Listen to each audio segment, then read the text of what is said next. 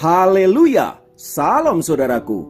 Berjumpa kembali dalam program Jalan Kehidupan. Masih dalam segmen Sapa Jemaat di Rumah, kita akan bersaat teduh bersama-sama agar sepanjang hari yang akan kita lalui hari ini sungguh menjadi hari yang menyenangkan dan diberkati oleh Tuhan. Mari kita berdoa. Bapa, kami rindu lawatan-Mu melawat kami. Dan biarlah firman yang sebentar kami renungkan boleh menjadi rema yang akan menuntun sepanjang hari ini untuk kami mentaati kehendak-Mu. Berfirmanlah, kami siap diberkati. Dalam nama Yesus. Haleluya. Amin. Firman Tuhan kali ini terambil dari Markus 1 ayat 40 sampai 41. Markus 1 ayat 40 sampai 41 berkata, seorang yang sakit kusta datang kepada Yesus dan sambil berlutut di hadapannya, ia memohon bantuannya. Katanya, kalau engkau mau, engkau dapat mentahirkan aku. Maka tergeraklah hatinya oleh belas kasihan, lalu ia mengulurkan tangannya, menjamah orang itu dan berkata kepadanya, aku mau, jadilah engkau tahir. Saudaraku, firman Tuhan di atas mengisahkan perjumpaan seorang yang berpenyakit kusta dengan Tuhan Yesus. Kisah ini menarik untuk kita cermati. Mengapa?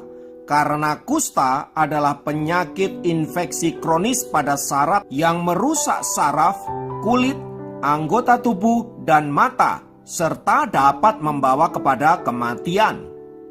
Dahulu, orang yang menderita kusta biasanya diasingkan oleh masyarakat. Hal itu dilakukan mereka karena kusta dianggap penyakit yang menular dan bisa membahayakan orang lain. Tetapi dalam masyarakat orang Yahudi, kusta bukan hanya sekedar sebuah penyakit, melainkan keadaan yang bisa membuat seseorang najis secara tubuh. Itulah sebabnya dalam tradisi orang Yahudi, orang yang berpenyakit kusta diasingkan bukan saja oleh masyarakat dan keluarga, tetapi juga tidak boleh ikut di dalam ibadah-ibadah mereka. Jadi dapat dikatakan bahwa orang yang berpenyakit kusta menderita baik fisik, mental maupun rohani. Ini tentu sebuah penderitaan yang tidak main-main bagi si penderita. Bayangkan bila Anda yang mengalami penderitaan itu. Pada satu sisi, tubuh kita mengalami sakit penyakit. Di sisi yang lain, orang-orang di sekitar kita menganggap kita najis dan tidak ada seorang pun yang mau mendekati kita. Pastilah kita amat sangat menderita. Namun perhatikan sikap Tuhan Yesus saat orang itu datang kepadanya dan memohon belas kasihan agar Yesus menyembuhkan dirinya. Jika menuruti aturan agama orang Yahudi, maka Yesus dilarang keras mendekati orang itu, karena ia akan ketularan najis dari si orang yang berpenyakit kusta itu. Tetapi Alkitab mengatakan Yesus tergerak oleh belas kasihan. Rasa kasihnya kepada orang kusta itu membuat Yesus mengabaikan aturan-aturan agama yang tidak memperbolehkan dirinya menyentuh si kusta. Lalu kemudian Yesus mendekati dia, menjamah orang itu, dan kemudian memberikan kesembuhan. Lihatlah saudara, bagaimana cara Yesus mendekati orang kusta itu. Aturan agama selama ini membuat orang kusta itu terisolasi dan membuat orang-orang yang ada di sekitarnya tidak bisa menyentuh dia. Agama yang seharusnya memberi solusi terhadap masalah-masalah yang dihadapi oleh umat manusia, ini justru membuat mereka tidak bisa berbuat apa-apa. Mengapa demikian? Karena agama melarang ini tidak boleh, itu tidak boleh, ini najis, itu haram, dan lain sebagainya. Bagi Yesus, menyentuh orang yang sedang membutuhkan pertolongan jauh lebih penting dari aturan agama.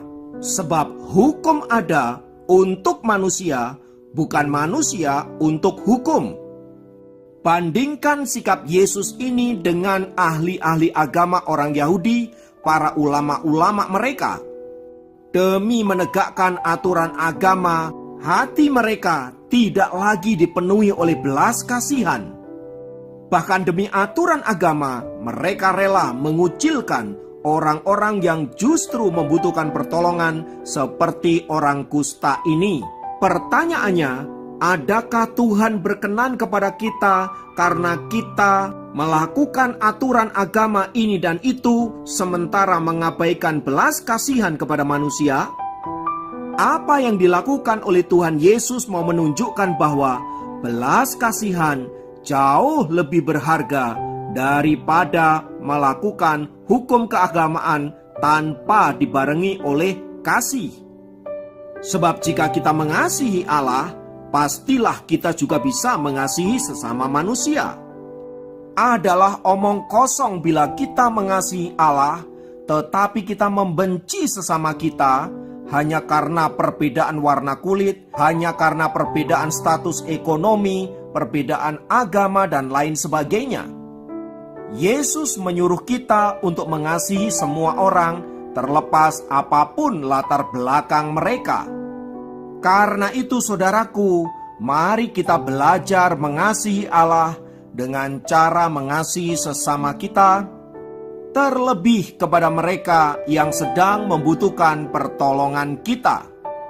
Mari kita melakukannya dengan giat, bukan supaya kita masuk ke dalam kerajaan surga, melainkan karena kita mengasihi Allah.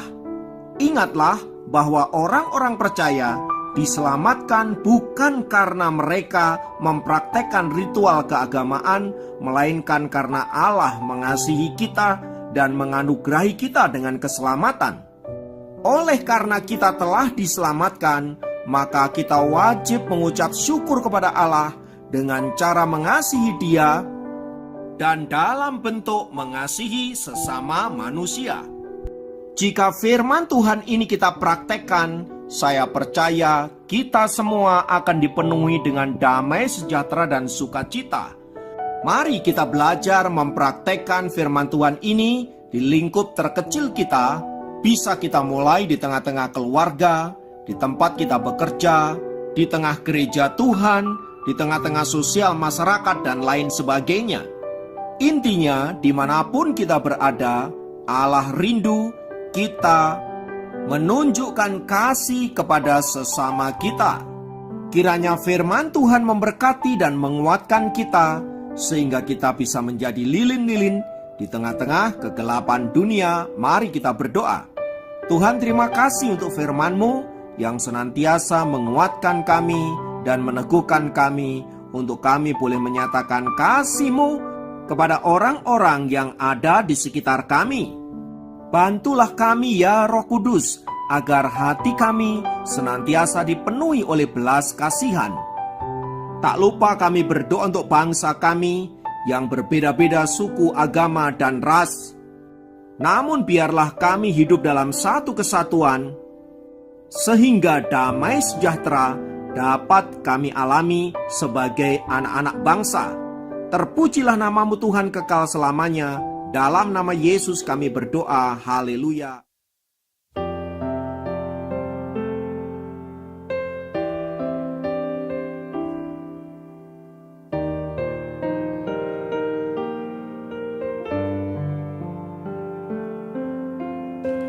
Musim akan selalu berganti,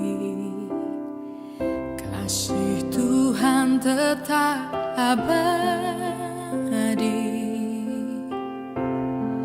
tak akan berubah sampai selamanya.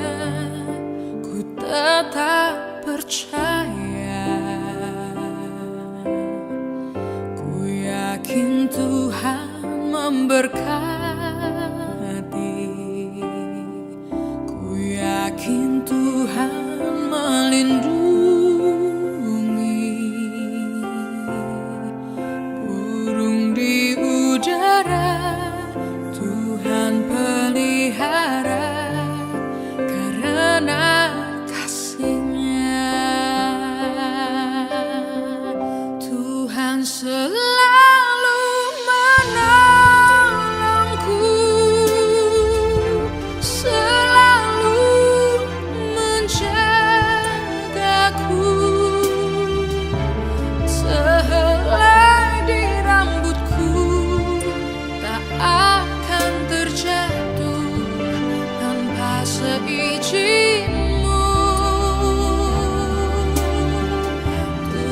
selamanya.